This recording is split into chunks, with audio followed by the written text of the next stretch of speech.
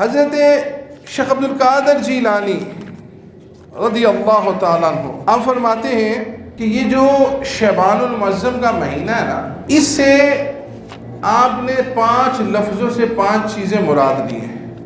فرمایا شین سے اشارہ یہ ہے شرف کی طرف، عین سے اشارہ ہے علم یعنی بلندی کی طرف، بے سے معنی ہے نیکی، بر، تعاون علی البر، بر، نیکی کی طرف، الف سے الفت یعنی محبت، اور نون سے نور یعنی روشنی۔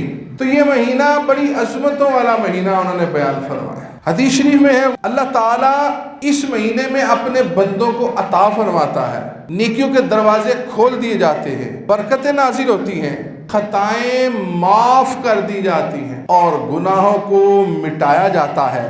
اور حضرت محمد مصطفیٰ صلی اللہ علیہ وسلم جو سب مخلوقات میں سے بہتر مخلوق ہیں، ان پر کثرت سے درود و سلام بھیجا جاتا ہے۔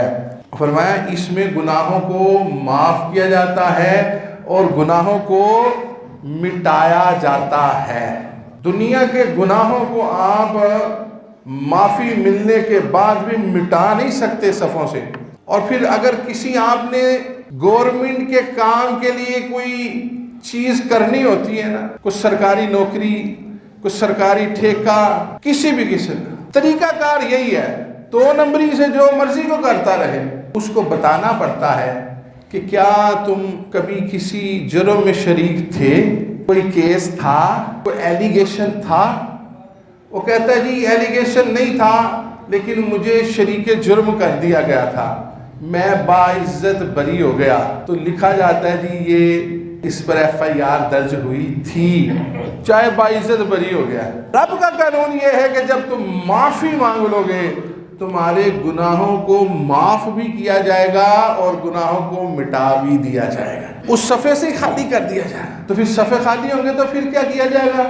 پھر یہ حکم ہوگا کہ فرشتوں جس نیکی پر یہ اب چل رہا ہے ہمیشہ سے ہی لکھ دو کہ اسی پر قائم تھا۔ یہ ہے ہمارے رب کا قانون، کوئی تنگی نہیں ہے۔ فرمایا توبہ ایسی کرو جو تمہارے آگے نصیحت بن جائے، مثلا توبۃ النصوح، یہ توبہ کرو جو سب کے لیے بھی مثال اور دوبارہ تمہارے اندر بھی گناہ شامل نہ ہو۔ سیدنا عمر بن خطاب رضی اللہ تعالیٰ عنہ فرماتے ہیں کہ توبۃ النصوح اس توبہ کو کہتے ہیں کہ جیسے گائے کے تھن سے دودھ کی دھار نکل آتی ہے نا، اب یہ اس کے تھن میں واپس نہیں جا سکتی۔ وہ یہ کہے جی گائے کو دودھ پلا دو، یہ وہ علیحدہ بات ہے، اس کی بات نہیں ہو رہی، لیکن اس تھن سے واپس نہیں جا سکتی۔ کہا توبۃ النصوح یہ ہے جس گناہ کو تم اپنے جسم سے نکال دو وہ دوبارہ تمہارے جسم میں داخل نہ ہو، یہ توبۃ النصوح ہے۔